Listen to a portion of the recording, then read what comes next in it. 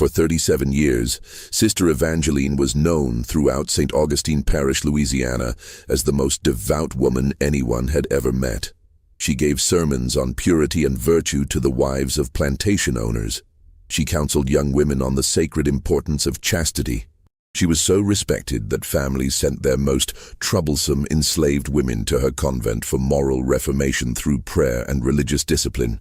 But when a fire consumed the convent in 1858 and authorities finally descended into the cellar that Sister Evangeline had forbidden anyone from entering, they discovered something that would be erased from every church record within 48 hours.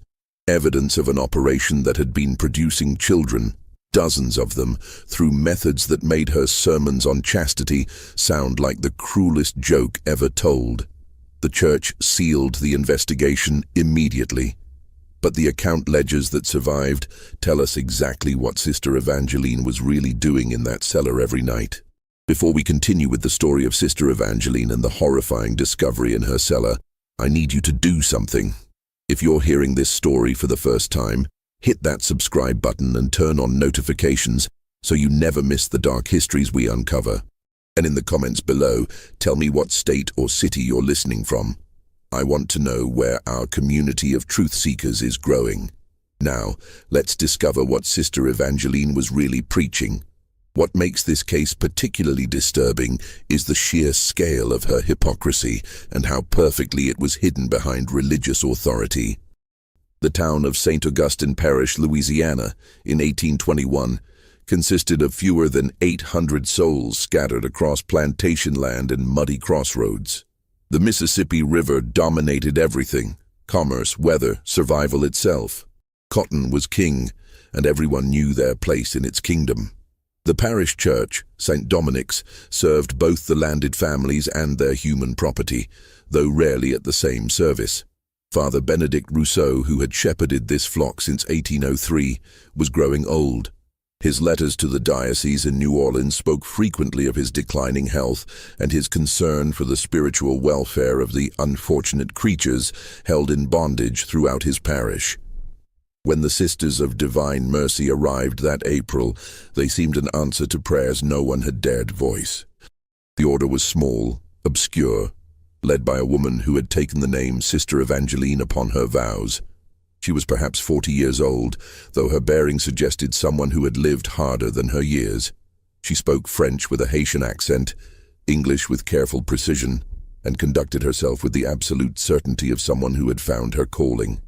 With her came 3 other sisters: Sister Marie-Thérèse, Sister Constance, and Sister Beatrice, each younger, each more deferential to Evangeline's authority. The Delamar family, one of the parish's wealthiest plantation owners, donated the land for the convent. The property sat 2 miles from town, accessible by a single road that became impassable mud during heavy rains. It consisted of 40 acres of partially cleared land, a large house in considerable disrepair, and several outbuildings that had once served as storage for a failed tobacco venture. Charles Delamar explained his generosity in a letter preserved at the Parish Historical Society. It is our Christian duty to support those who minister to the souls of all God's children, particularly those held in bondage, who require moral instruction and the comfort of religion. What Delamar didn't mention in his letter was the specific arrangement he made with Sister Evangeline. The convent would accept enslaved women, purchased or donated by parish families, for spiritual rehabilitation and moral education. These women, Evangeline explained, had proven particularly difficult, rebellious, or had committed offenses that made them unsuitable for plantation labor. The convent would reform them through prayer, work, and religious instruction. The arrangement seemed to benefit everyone. Planters could remove troublesome property without the loss of selling them south. The church could demonstrate its commitment to the spiritual welfare of enslaved souls, and the convent would have a self-sustaining labor force to work their land. By the summer of 1821, 7 women had been transferred to the Sisters of Divine Mercy. Their names appear in a single entry in the Delamar estate records: Patience, Ruth, Delphine, Mercy, Hannah, Rebecca, and Grace. Ages ranged from 16 to 32. The notation beside each name simply read, "To Convent for Reform." The convent's daily routine, as Sister Evangeline described it to Father Rousseau during his occasional visits, followed strict religious order. The women rose before dawn, attended morning prayers, worked the fields and gardens, received religious instruction in the afternoon, and retired after evening vespers. Sister Evangeline reported steady progress in their spiritual development. She spoke of rebellious natures gradually softened by prayer, of women learning humility and acceptance of their lot as God's will. Father Rousseau, in his correspondence, expressed satisfaction with the arrangement. What he never saw, what no one saw, was what happened after dark. The convent's main building had been constructed in the 1790s by a French merchant who had arrived with grand ambitions and died bankrupt. The house followed a design common to Louisiana, raised on brick piers to avoid flood damage, with a wide gallery wrapping around the ground floor and living quarters on the upper level. But it also had something unusual for the region, a full cellar, supposedly built by the merchant for storing wines and goods that required cool temperatures. The cellar extended beneath the entire house, accessible only by a trap door in what had been the merchant's office, and was now Sister Evangeline's private chamber. By October of 1821, 6 months after the convent's establishment, something had shifted in the atmosphere of St. Augustine Parish. It was nothing anyone could quite name, but plantation owners began noting it in their journals and letters. Enslaved populations that had been restive now seemed subdued. Several planned escape attempts, whispered about in the quarters, never materialized. Women who had been defiant now kept their eyes downward, their voices low. Meanwhile, the convent itself remained curiously isolated. Sister Evangeline discouraged visitors, citing the importance of maintaining an atmosphere of contemplation. Father Rousseau's monthly visits became the only regular contact between the sisters and the outside world, and even these were conducted in the formal parlor with tea and religious discussion. The women being reformed were never present during these visits. "They are in a state of spiritual discipline," Sister Evangeline would explain, "and must not be distracted from their prayers and labor." The account ledgers, however, told a different story. These books, maintained in Sister Evangeline's precise hand, recorded every transaction, every acquisition, every birth, every death. But they were written in a code so subtle that they appeared entirely innocent, until you understood what you were reading. The first entry that should have raised questions appeared in November 1821, just 7 months after the convent's establishment. It read simply, "Delivered of a male child, 7th day. Mother, Delphine. Baptism performed by Sister E. Father recorded as unknown. Child placed according to arrangement with CD. Within 3 weeks, a similar entry. Delivered of a female child, 12th day. Mother, Ruth. Father recorded as unknown. Child placed according to arrangement with HB.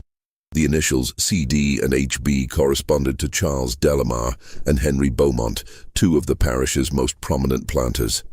The phrase, "placed according to arrangement," appeared again and again in the ledgers over the following months. By the end of 1822, 9 children had been born at the convent and placed according to arrangement.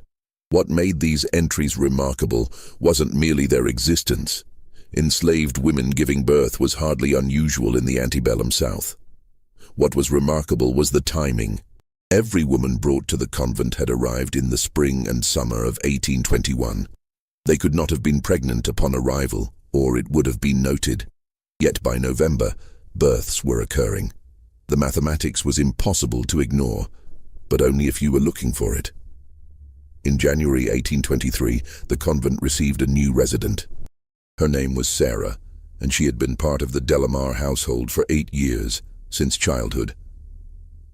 The entry in Delamar's estate records read, "Sarah, aged 19, to Convent for moral reformation following incidents of willful disobedience and attempted corruption of other property."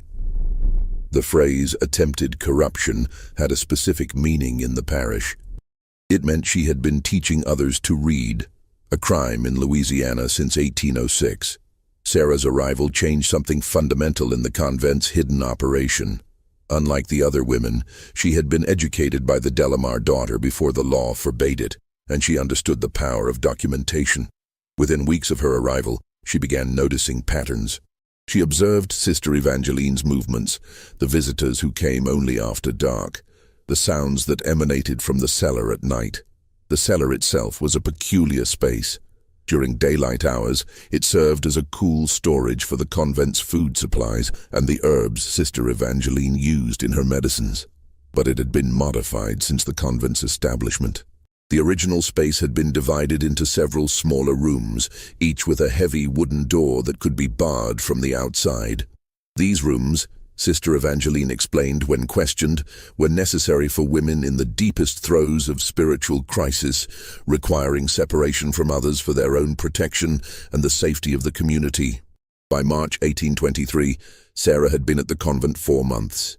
In a letter she managed to smuggle out through a visiting priest's luggage, a letter that would surface decades later, she described what she had learned.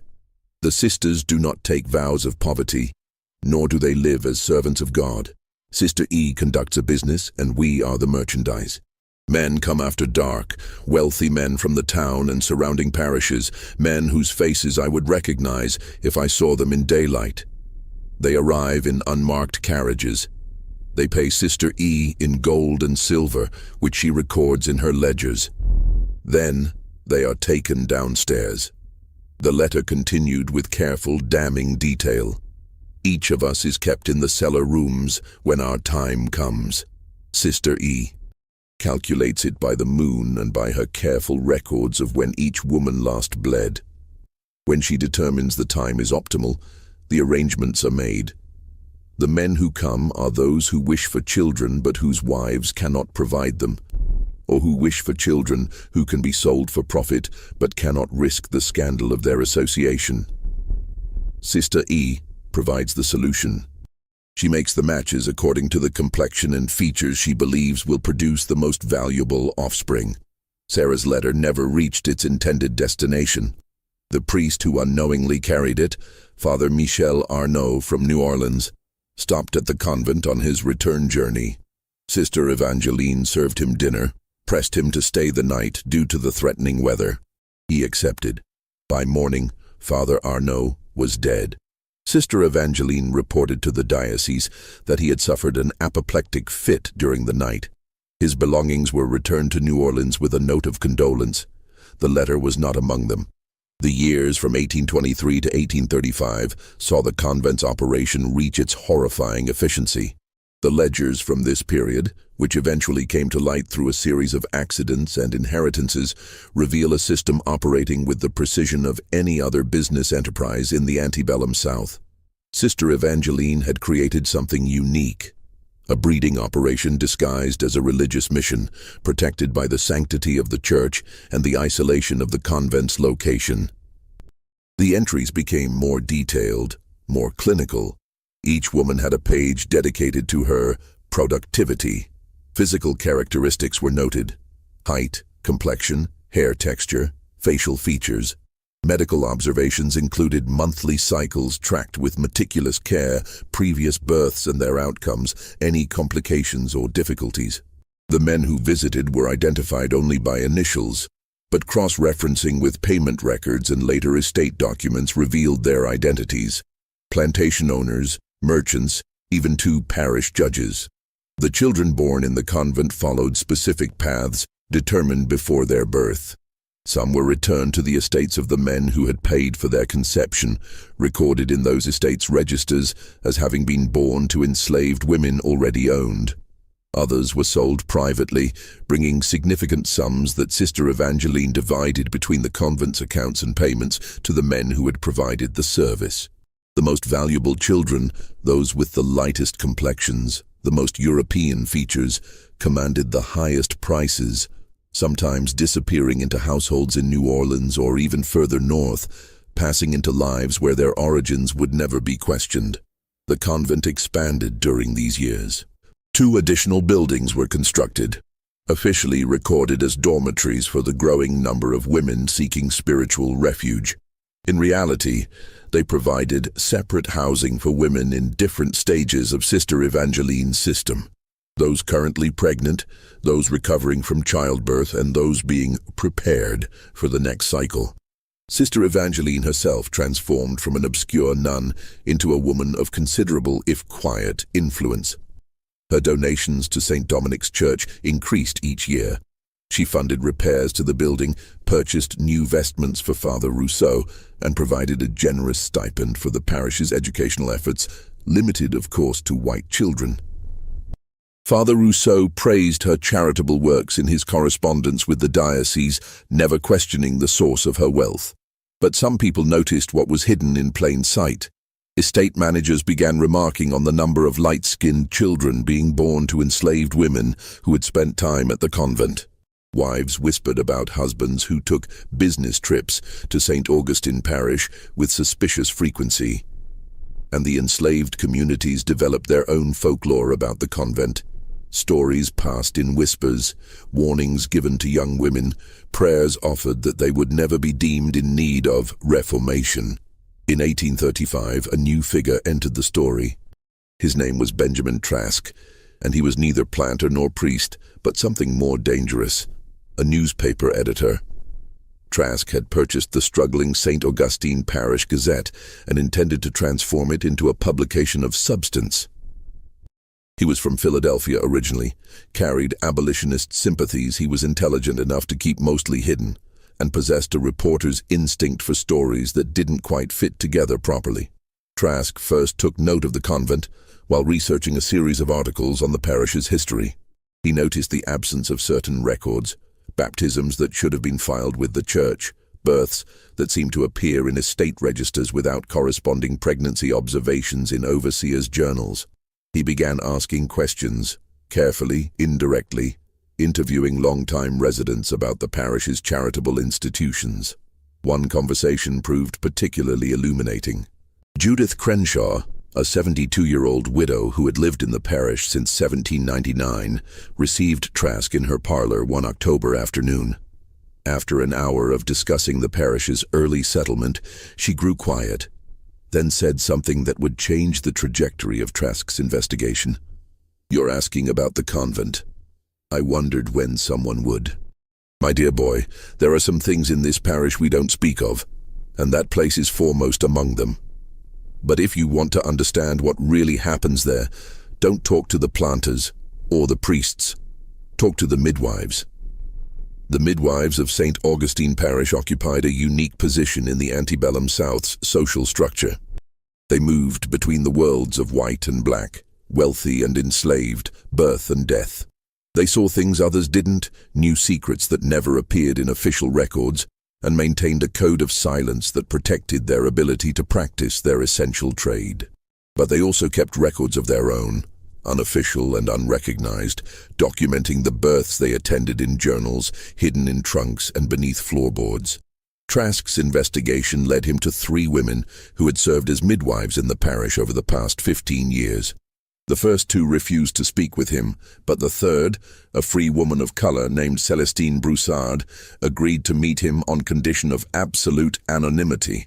Their conversation took place in her small house on the edge of town, with the shutters drawn and the door barred. "I've attended more than 400 births in this parish," Celestine told him, her voice low and careful. "I know every woman of childbearing age, white and colored, free and enslaved. I know their cycles, their complications, their histories. But I've never once been called to the convent. Not in 15 years. Sister Evangeline says she and her fellow sisters handle all such matters themselves, that it's part of their ministry. Do you know what that tells me, Mr. Trask? It tells me she doesn't want witnesses." Celestine pulled out a ledger of her own, its pages filled with careful notations. "I keep track of all births in this parish, even the ones I don't attend. The slaves talk, you understand?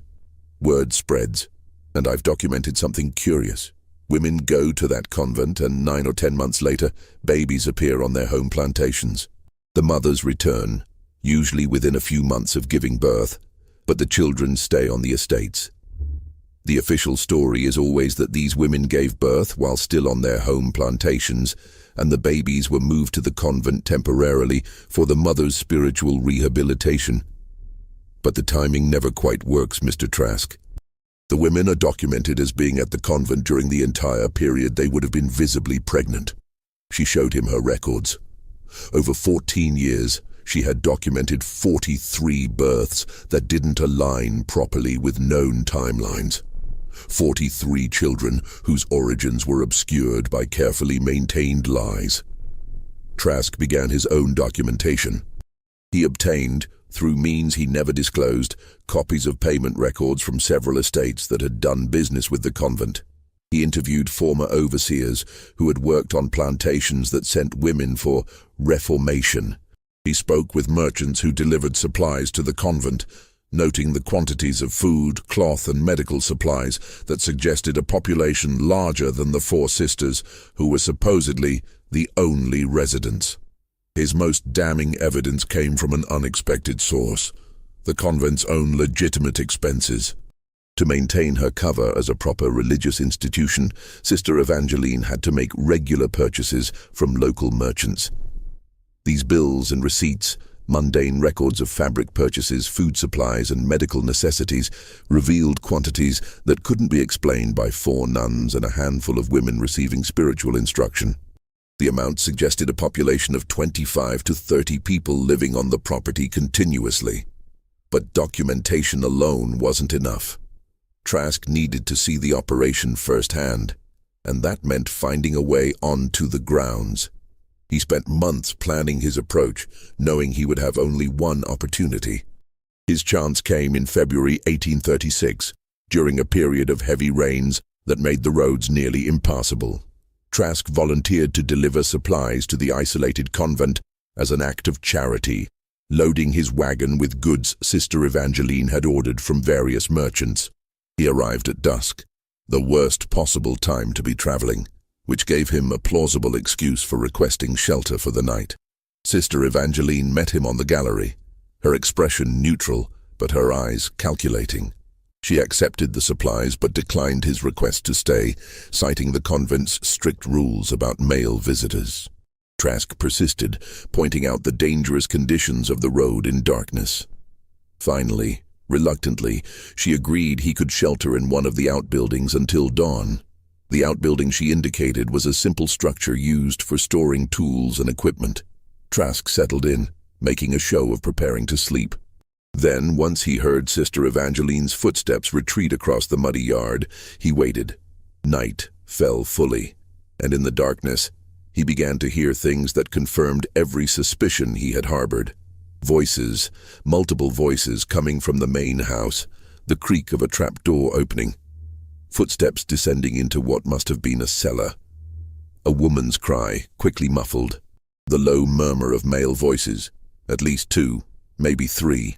The sounds continued for hours, not loud enough to distinguish words, but present, undeniable, speaking to activities that no religious institution should harbor. Just before dawn, Trask heard a door open in the main house. He risked a glance through a gap in the outbuilding's wall. 2 men emerged, their faces shadowed by their hats, their clothing marking them as men of wealth. They moved quickly to a carriage that had been sheltered behind the main house, out of sight from the road. The carriage bore no identifying marks or family crests. Within minutes, it had disappeared down the muddy track toward town. Trask returned to St. Augustine Parish that morning with enough evidence to pursue his story further, but not enough to publish. He needed more. Testimony from someone who had been inside the operation, documentation that couldn't be dismissed as circumstantial. He needed what every reporter needs, a witness willing to speak. That witness arrived in an unexpected form in the spring of 1836. Her name was Rachel, and she had been at the convent for nearly 4 years. She had entered as a rebellious 17-year-old girl taken from the Beaumont estate. She left as a woman who had given birth 3 times and buried 1 child in the unmarked section of the convent's grounds where infants who didn't survive were laid to rest without ceremony or recognition. Rachel didn't escape. Sister Evangeline's system was too carefully controlled for that. Instead, Rachel was returned to the Beaumont estate after what Sister Evangeline had determined was her final productive period. She was 21 years old, looked 40, and carried within her a rage that had been building for 4 years. She also carried something else: information. During her time at the convent, Rachel had been one of the women Sister Evangeline occasionally used for household tasks, which meant she had access to areas other women didn't. She had seen the ledgers, couldn't read them, but had memorized some of the patterns and numbers. She had overheard conversations between Sister Evangeline and her visitors. She knew names, dates, and details that existed nowhere else except in Sister Evangeline's locked records. Trask learned of Rachel's return through his network of sources in the enslaved community. Making contact required patience and careful planning. He couldn't simply approach her. Any interaction between a white newspaper editor and an enslaved woman would draw immediate suspicion. Instead, he worked through intermediaries, free people of color, who could move between worlds with less scrutiny. The meeting finally occurred in June 1836, in a tobacco barn on the edge of the Beaumont property, at a time when Rachel was supposedly gathering eggs from the chickens that roosted there. Trask asked his questions, and Rachel answered in a voice that was flat, empty of emotion, as if she had burned through all her feeling and only facts remained. She described the cellar rooms in detail, their size, their furnishings, the bars on the doors. She explained Sister Evangeline's selection process, which women were chosen for which visitors, based on physical characteristics and what Sister Evangeline believed would produce the most valuable offspring. She revealed that Sister Evangeline kept a separate set of records, hidden in a locked box in her sleeping chamber, that detailed the true accounting of her operation. "She keeps 2 books," Rachel explained.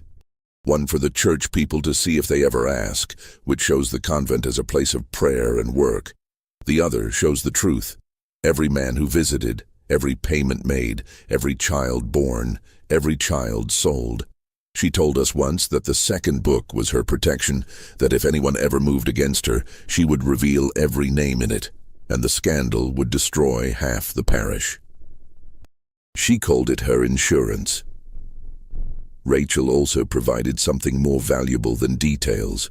She provided dates and names of upcoming arrangements.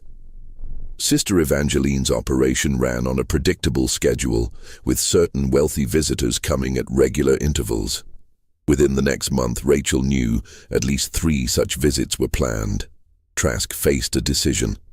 He could publish what he knew now, relying on Rachel's testimony and his circumstantial evidence, likely resulting in denials and his own expulsion from the parish. Or he could wait, gather more evidence, and build a case so overwhelming that even the powerful men protecting Sister Evangeline couldn't dismiss it. He chose to wait, a decision that would haunt him for the rest of his life. During the summer of 1836, Trask continued his investigation, but quietly now, careful not to alert anyone to his interest in the convent. He documented the arrivals and departures of unmarked carriages on the road to the convent property. He obtained, through a clerk who owed him a favor, copies of financial records showing unusual transfers of money from several prominent estates to accounts held in Sister Evangeline's name in New Orleans. He also discovered something that added another dimension to the horror. Sister Evangeline wasn't working alone, and she wasn't the originator of this system. Letters surfaced, purchased from a former postal clerk, suggesting that Sister Evangeline had been part of a similar operation in Haiti before the revolution there. She had fled the island in 1804, along with thousands of other French colonists, and had eventually made her way to Louisiana. The Sisters of Divine Mercy had never existed as a recognized religious order. Sister Evangeline had created it whole cloth, inventing her credentials and her mission to establish what she had learned in Haiti: that the most profitable operation in the slave economy wasn't working enslaved people in fields, but breeding them under controlled conditions for the market. The other 3 sisters at the convent weren't nuns at all, but women Sister Evangeline had recruited, possibly coerced, into her operation. Sister Marie-Thérèse was her daughter, Sister Constance had been an enslaved woman herself before some arrangement gave her freedom in exchange for her service. Sister Beatrice remained a mystery, but documents suggested she had medical training, making her invaluable for handling the births and complications that inevitably arose. By September 1836, Trask had compiled a substantial file of evidence. He was preparing to publish a series of articles that would expose the convent's operation and name the men who had patronized it.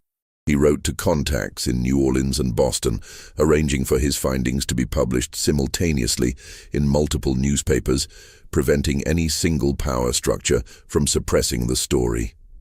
He never got the chance to publish.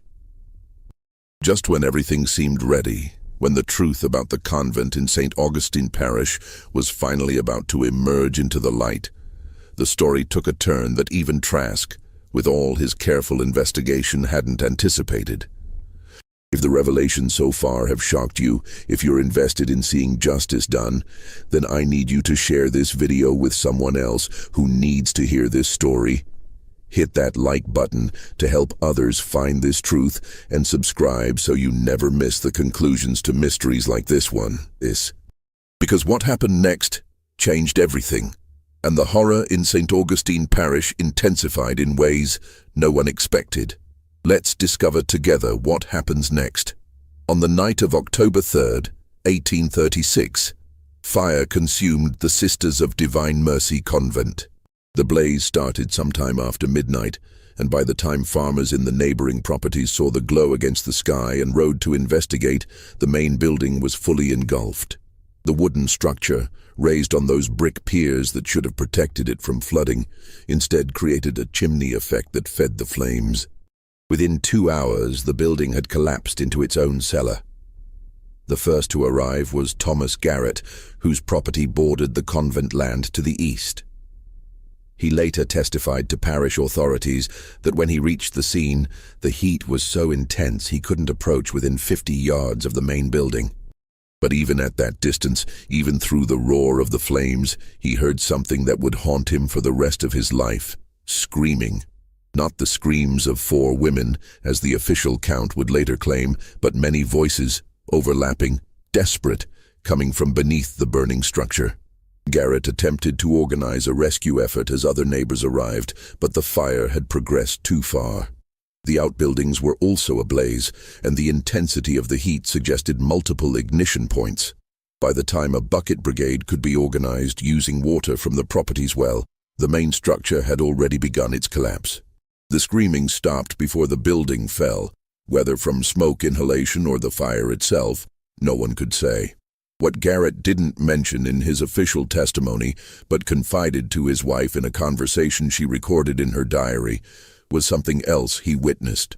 Before the neighbors arrived, while he was still alone at the scene, he saw a figure on horseback emerge from behind the barn, moving quickly toward the road. The rider wore a long coat, despite the warm October night, and his horse was one of the fine-blooded animals that only wealthy men could afford. The rider saw Garrett, hesitated for just a moment, then spurred his horse into a gallop and disappeared down the road toward St. Augustine Parish. Garrett never reported this sighting to authorities. "I knew what I had seen," his wife's diary recorded him saying, "and I knew that speaking of it would bring nothing but trouble to my family." The man on that horse was someone of importance. The way he fled told me everything I needed to know about who was responsible and who would be protected. The fire burned throughout the night. By dawn, when Father Rousseau arrived with several parish officials, all that remained of the Sisters of Divine Mercy Convent were smoking ruins, collapsed timbers, and the brick piers standing like grave markers among the ash. The cellar, which should have provided some protection from the fire above, had become a crematorium. The wooden floor of the main level had collapsed into it, bringing burning timbers and debris that transformed the underground rooms into an oven. The official investigation began immediately, led by Sheriff Edmund Fairfax, one of the men whose initials appeared in Sister Evangeline's ledgers. Fairfax examined the ruins for 2 days, interviewed the neighbors who had witnessed the fire, and compiled his report with remarkable speed. His conclusion: accidental fire, likely started by an overturned lamp in Sister Evangeline's chamber. Tragic loss of 4 devoted religious women who had given their lives in service to the unfortunate. But there were witnesses who saw things that didn't make it into Fairfax's report. A slave named Jupiter, who worked on a neighboring plantation and had been tasked with night watch in a tobacco barn, reported to his overseer that he had seen lights moving around the convent property for hours before the fire started. Not the steady glow of lamps and windows, but moving lights, like torches being carried from building to building. His overseer documented this in his private journal, but never reported it to authorities. What would be the point? The overseer wrote.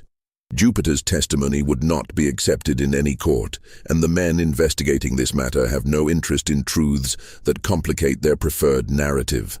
The examination of the cellar, once the ruins had cooled enough to permit entry, revealed the extent of the horror. Benjamin Trask, posing as a church official documenting the tragedy for the diocese, gained access to the site on October 7th, 4 days after the fire. What he found there was recorded in his journal in entries that grew increasingly disturbed and fragmented as he processed what he was seeing. The cellar had been divided into 5 separate rooms, just as Rachel had described. Each room was approximately 10 feet by 12 feet, with heavy wooden doors that were now charred but still partially intact. Every door showed evidence of having been barred from the outside. The metal brackets that held the bars were still in place, bent by heat but unmistakable in their purpose. Inside these rooms, Trask found remains. He couldn't count them precisely in the condition they were in, but he estimated at least 15 individuals, possibly more. The remains were clustered near the doors and against the walls, positions suggesting people had tried desperately to escape as the fire raged above them, and then collapsed into their prison. In one room, Trask found something that nearly broke him. The remains of what appeared to be 3 small children, huddled together in a corner. The room also contained a simple cot, a wooden crate that might have served as a table, and the melted remnants of what might have been tin plates or cups. This had been someone's living quarters, someone with children, trapped underground while fire consumed the building above them. Trask's journal entry from that day reads, "I have seen war, I have seen poverty, I have seen the casual cruelty that men inflict upon each other daily in this slave society, but I have never seen anything that compares to this deliberate, calculated murder. These people were locked in, barred into rooms that became their tombs, left to die in darkness and terror while the building burned above them. The doors were barred from the outside. This was not accident. This was execution." He attempted to report his findings to Father Rousseau, requesting a formal church investigation that would go beyond Sheriff Fairfax's cursory examination. The meeting occurred in the rectory of St. Dominic's Church on October 8th. Trask presented his observations, his documentation of the barred doors, his count of the remains that far exceeded the official number. Father Rousseau listened, his face growing progressively more troubled, then more closed, then carefully neutral. "Mr. Trask," Father Rousseau finally said, "I understand your distress. This tragedy has affected us all. But you must understand that the Church's investigation has already concluded. The diocese has accepted Sheriff Fairfax's findings. 4 sisters died in an accidental fire. That is the official determination, and it will not be revisited." Trask pressed him, asking about the additional remains, the barred doors, the evidence of multiple ignition points. Father Rousseau's response was carefully worded, each sentence precisely chosen. "The condition of the ruins makes accurate assessment difficult. What you interpreted as additional remains may have been animal carcasses or other organic materials stored in the cellar. The doors may have been barred as a security measure, common in isolated properties. And fires, Mr. Trask, behave unpredictably.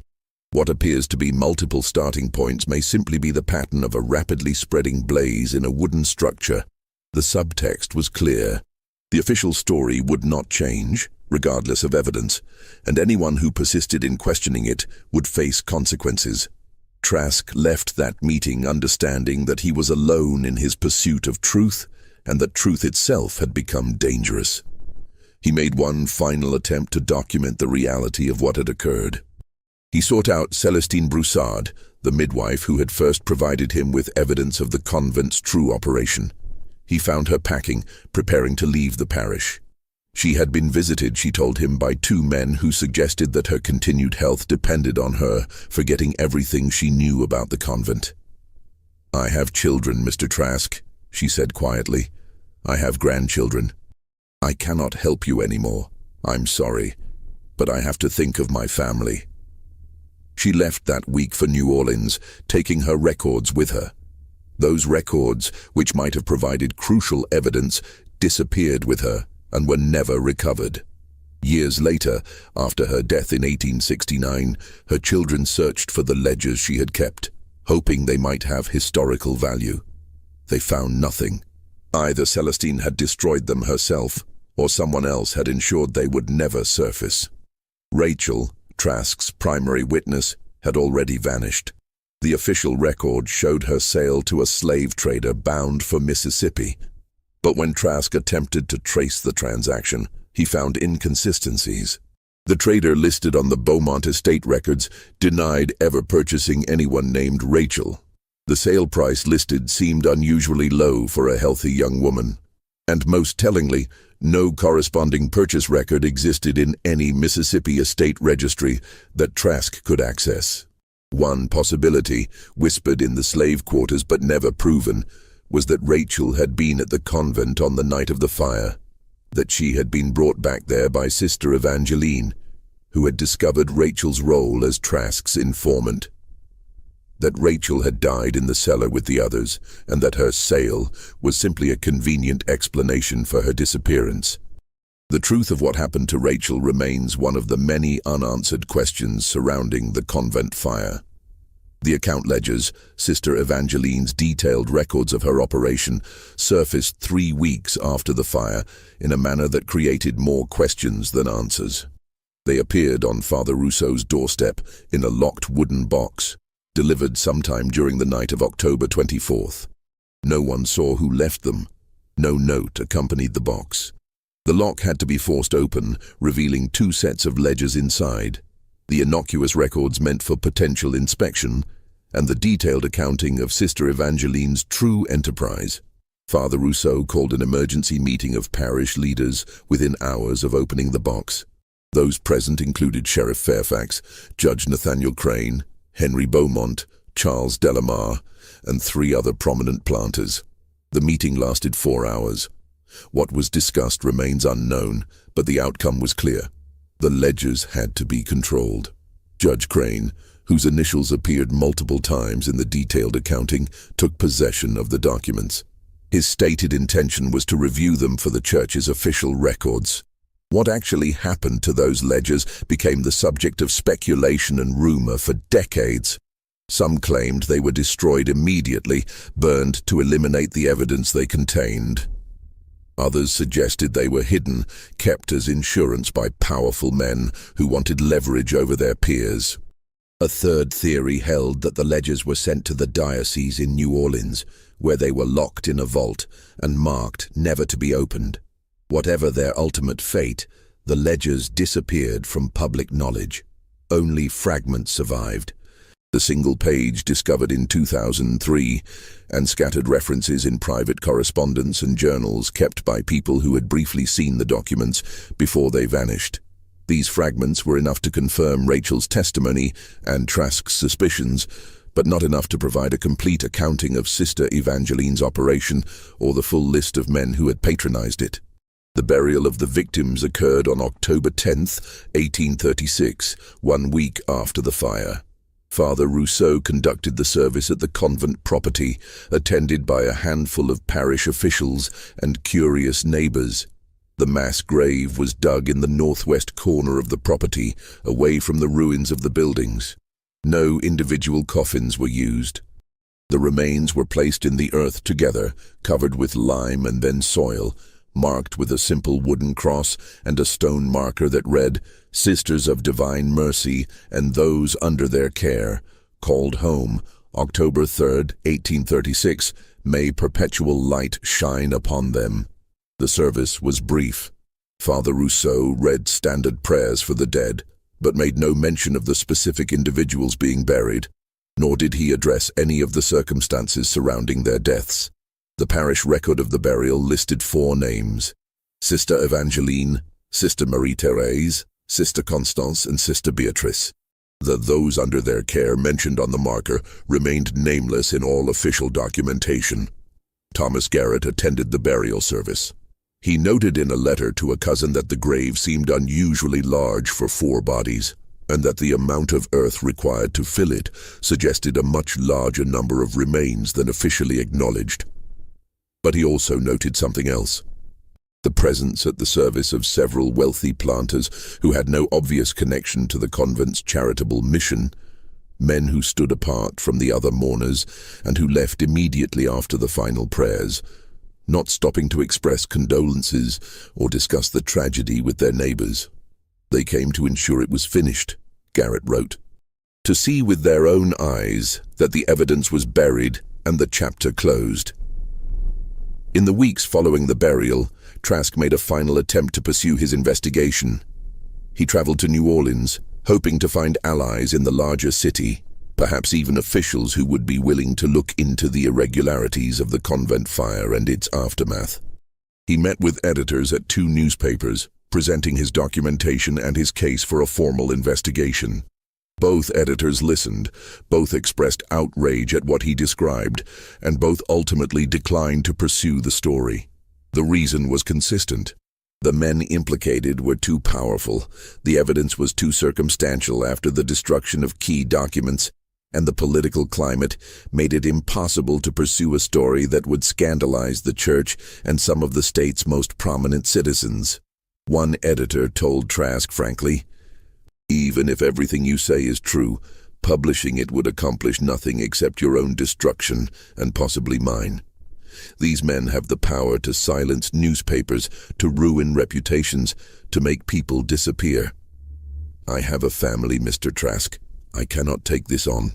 Trask returned to St. Augustine Parish in November 1836, defeated but not entirely broken. He continued publishing his newspaper through the end of the year, but his stories grew more careful, more circumspect, avoiding any subject that might draw unwanted attention. The break-in at his office occurred on December 17, 1836. Whoever entered knew exactly what they were looking for. Every document related to his convent investigation was taken, every note, every copy of records he had obtained, every piece of correspondence. His printing press was smashed, ostensibly by vandals, but the precision of the destruction suggested professionals. Nothing else of value was taken. The message was clear. On December 20th, Trask received a visit from 3 men who introduced themselves as concerned citizens of the parish. They spoke politely, almost apologetically, but their meaning was unmistakable. His continued presence in St. Augustine Parish was no longer welcome. His newspaper had become a liability, both to himself and to the community's peace. They suggested strongly that he consider opportunities elsewhere. They mentioned with seeming casualness that unfortunate accidents had been known to happen to people who couldn't take good advice. Trask sold his newspaper in January 1837 to a buyer who renamed it and immediately shifted its editorial focus to agricultural news and social notices. He left Louisiana that same month, returning to Philadelphia and to work in his brother's printing business that demanded nothing more controversial than billheads and wedding invitations. He never practiced journalism again, but he kept his journal and he continued making entries about the convent case whenever new information reached him. In 1842, he noted the death of Father Rousseau, who had passed quietly in his sleep after a series of strokes left him increasingly incapacitated. In 1851, he recorded the death of Sheriff Fairfax in a hunting accident that some whispered might not have been accidental at all. Fairfax had reportedly begun drinking heavily and talking too freely about matters best left buried. In 1859, he noted with bitter satisfaction that Charles Delamar had died bankrupt, his plantation seized for debts, his family scattered. Each death, each misfortune that befell the men involved in the convent's operation and its cover-up, Trask recorded with the comment, "One more debt unpaid." But he also acknowledged, in entries that grew more philosophical as he aged, that earthly justice for the convent's victims would never come. "The guilty will die in their beds," he wrote in 1863, respected by their communities, mourned by their families, buried with honor in church cemeteries. The victims remain nameless in an unmarked mass grave on land now planted with cotton. This is the arithmetic of power. Those who have it escape consequence, and those who lack it suffer without remedy or recognition. The enslaved women who survived the convent system, those who weren't there on the night of the fire, carried their trauma in silence. Most never spoke of their experiences, even after emancipation in 1865 gave them legal freedom. The few who did tell their stories found little audience. Their testimonies were collected sporadically, often decades after the events, by researchers and social workers trying to document the full reality of slavery's horrors. One such testimony came from a woman named Dinah, interviewed in 1879 as part of a philanthropic society's research into the conditions of formerly enslaved people. Dinah, who was 73 at the time of the interview, claimed to have spent 2 years at the Sisters of Divine Mercy Convent in the early 1830s. Her account provided details that matched what little was known about the operation: the cellar rooms, the nighttime visitors, Sister Evangeline's careful record-keeping, the births and separations of children from their mothers. "We knew what we was there for," Dinah told her interviewer. "Sister Evangeline, she told us plain the first day. We was there to be fruitful and multiply, and the fruit we bore would be sold for the glory of God and the profit of the righteous. She said it was God's will, that we was serving a higher purpose. But we knew it wasn't no different than what happened on any plantation, just fancied up with church talk and locked doors. The worst part wasn't what they did to our bodies. The worst part was taking our babies. Every time. Soon as they was born and she knew if they was going to live, they was taken. We never got to hold them more than a few hours. Never got to name them ourselves. Never got to keep a single one." Dinah's testimony, preserved in the archives of the Philanthropic Society, provided crucial corroboration of the convent's operation, but it appeared in a publication with limited circulation and drew little attention at the time.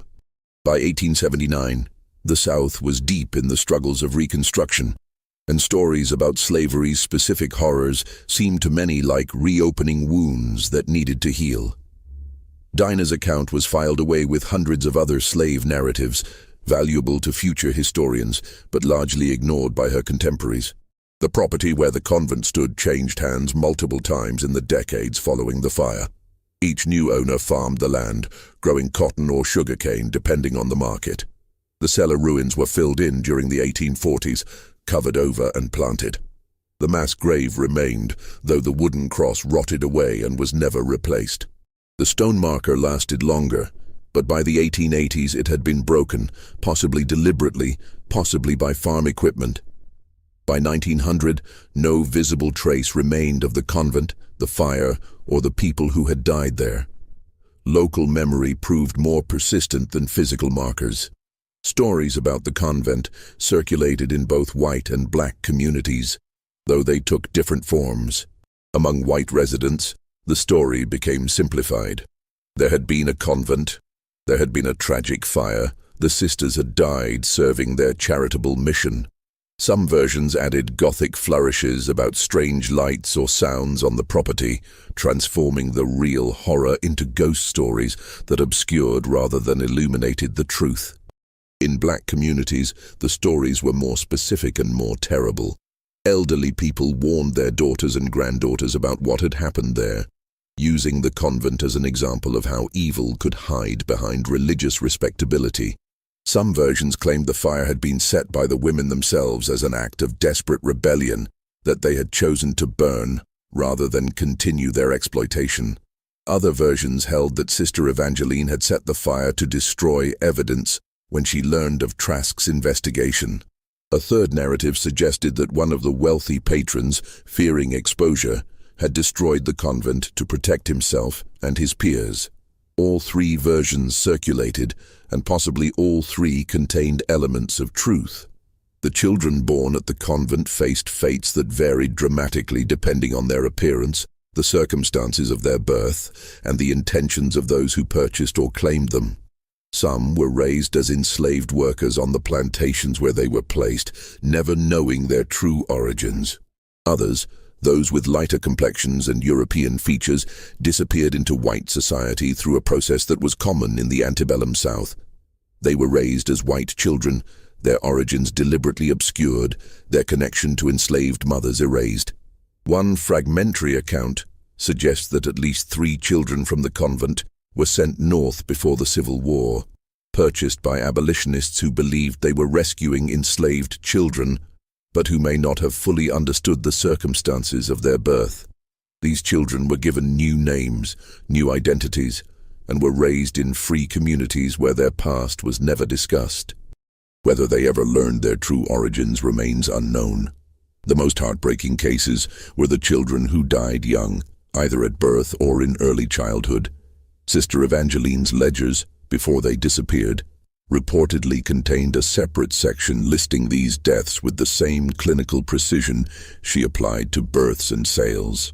The single surviving page from the ledgers includes 3 such entries at the bottom, noting infant deaths with causes listed as failure to thrive, fever, and misadventure. That last term, misadventure, applied to an infant death, suggests possibilities too dark to fully articulate. The full accounting of Sister Evangeline's operation will never be complete. Too many records were destroyed, too many witnesses died without testimony, too many powerful men successfully buried evidence that would have implicated them. But from the fragments that survived, a picture emerges of an operation that functioned for 17 years with remarkable efficiency, protected by institutional power and enabled by a system that treated human beings as property to be exploited in any manner that generated profit. Sister Evangeline herself remains an enigmatic figure. The few descriptions that survive paint her as intelligent, organized, utterly lacking in conventional empathy, and convinced of her own righteousness. She apparently believed that her operation was not only profitable, but morally justifiable, that she was providing a service to men who needed it while simultaneously civilizing enslaved women through religious instruction. This capacity for moral inversion, to frame systematic exploitation as charitable mission, speaks to the profound corruption of values that slavery produced in those who defended and profited from it. The fire that ended her operation raises questions that can never be definitively answered. Was it an accident, as the official investigation claimed? Was it set by Sister Evangeline herself, choosing to destroy everything rather than face exposure? Was it set by one of her wealthy patrons, eliminating evidence and witnesses? Or was it, as some accounts suggest, an act of desperate resistance by the women imprisoned in the cellar, a choice to die by fire rather than continue their exploitation? The evidence is contradictory and incomplete. The multiple ignition points suggest deliberate arson. The barred cellar doors indicate someone intended for those inside to die. The presence of the mysterious horseman fleeing the scene suggests an external perpetrator. But Sister Evangeline's final ledger entry, with its talk of ending everything, suggests she may have been the architect of the destruction. Perhaps multiple parties were involved, Sister Evangeline setting fires to destroy evidence, a wealthy patron ensuring no witnesses survived, and circumstances spiraling beyond anyone's control into mass murder. What is certain is that justice, in any conventional sense, was never achieved. The guilty escaped punishment. The victims remained nameless and unmarked. The truth was suppressed with remarkable success, maintained through a combination of institutional power, social pressure, and the willing complicity of men who had too much to lose from its exposure. The Catholic Church's role in the convent's operation and the subsequent cover-up remains a point of historical controversy. Some historians argue that church leadership was genuinely deceived by Sister Evangeline's carefully constructed facade of piety. Others point to the speed with which the investigation was concluded and evidence suppressed as indication of deliberate complicity. The truth likely falls somewhere between. Local church officials like Father Rousseau may have been willfully blind, choosing not to look too closely at an operation that seemed to serve multiple purposes, while higher church authorities moved quickly to contain scandal once the full truth emerged. The diocese's official position, maintained to this day, is that the Sisters of Divine Mercy were exactly what they claimed to be: a small, earnest religious community that met a tragic end. Requests by researchers for access to diocesan archives related to the convent have been consistently denied, with officials citing privacy concerns and the need to protect the reputations of the innocent. This continued refusal to permit independent examination of whatever records still exist suggests that even now, nearly 2 centuries later, the full truth remains too dangerous or too embarrassing to acknowledge. Benjamin Trask lived until 1881, dying at the age of 73 in Philadelphia. His journal was preserved by his family, passed down through generations, until a great-grandnephew donated it to a historical society in the 1920s. The journal sat largely unexamined in that archive for decades, catalogued but not studied, its significance not recognized until a graduate student in the 1980s began researching the slave breeding systems of the antebellum South and stumbled across Trask's meticulous documentation. That researcher, Dr. Helen Marchand, spent 15 years attempting to verify Trask's claims and reconstruct the full story of the Sisters of Divine Mercy Convent. Her work was groundbreaking but incomplete. Many of the records Trask had copied were gone forever. The people he had interviewed were long dead. The physical site had been developed and redeveloped, erasing all traces of the original buildings. But Dr. Marchand was able to confirm enough details, matching names in Trask's journal to estate records, finding property transaction documents, locating descendants who possessed fragments of family stories, to establish that Trask's account was substantially accurate. Dr. Marchand's book, Breeding the Future, Sister Evangeline and the Hidden Economy of Slavery, was published in 1997 by an academic press and reached a limited audience. It created some controversy among Louisiana historians, particularly regarding its implications about the Catholic Church's role, but it was largely confined to scholarly circles. The general public remained mostly unaware of the convent's existence and what had occurred there. This obscurity persists. The property where the convent stood is now a residential subdivision, developed in the 1950s, with no acknowledgement of what had occurred on that land. The families living on Mercy Lane and Chapel Road have no idea that their homes sit on ground where enslaved women were systematically exploited and where at least 18 people died in a fire that was likely mass murder. No historical marker commemorates the site. No memorial acknowledges the victims. The mass grave, if it still exists intact beneath the development, holds its dead in permanent silence. In 2003, when that single page from Sister Evangeline's ledger surfaced in an archive in New Orleans, it created brief public interest. Local news stations ran stories about the breeding nun of Louisiana, focusing on the sensational aspects while largely avoiding the deeper questions about institutional complicity and the systematic nature of slavery's horrors. The attention faded within a few weeks, and the story returned to academic obscurity.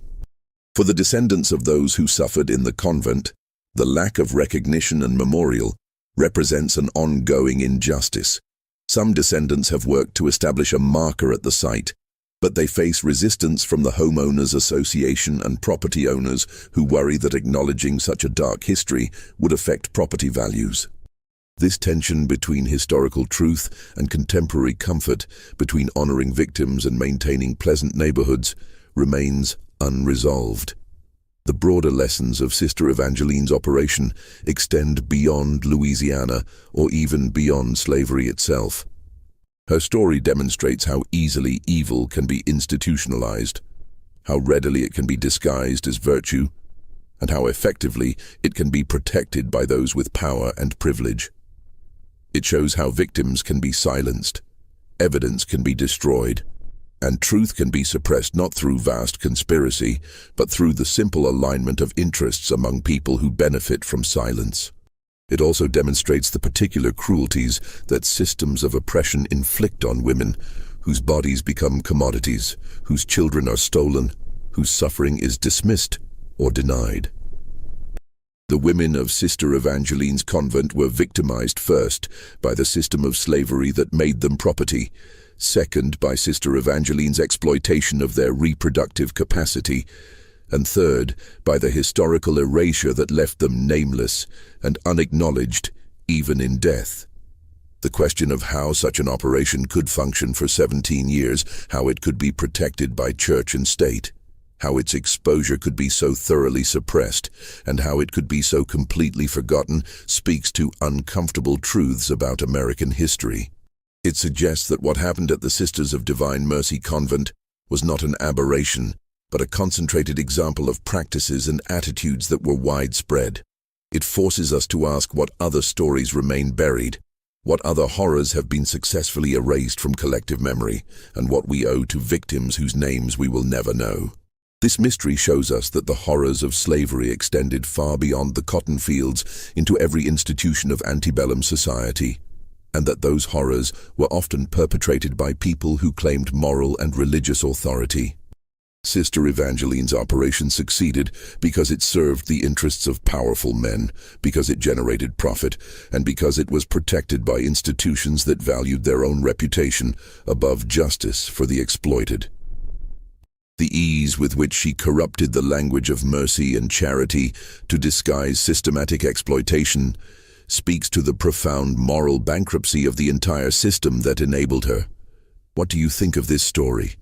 Do you believe everything was revealed, or are there deeper secrets still buried with those bodies beneath the subdivision on Mercy Lane? How many other operations like this existed, protected by the same conspiracy of silence? Leave your comment below. If you enjoyed this tale and want more horror stories like this from America's dark past, subscribe, hit the notification bell, and share with someone who loves mysteries. Because the past isn't really past, it's still here, waiting to be uncovered, still demanding to be heard, still asking why those who suffered have been forgotten while those who profited are remembered with monuments and respect. See you in the next video.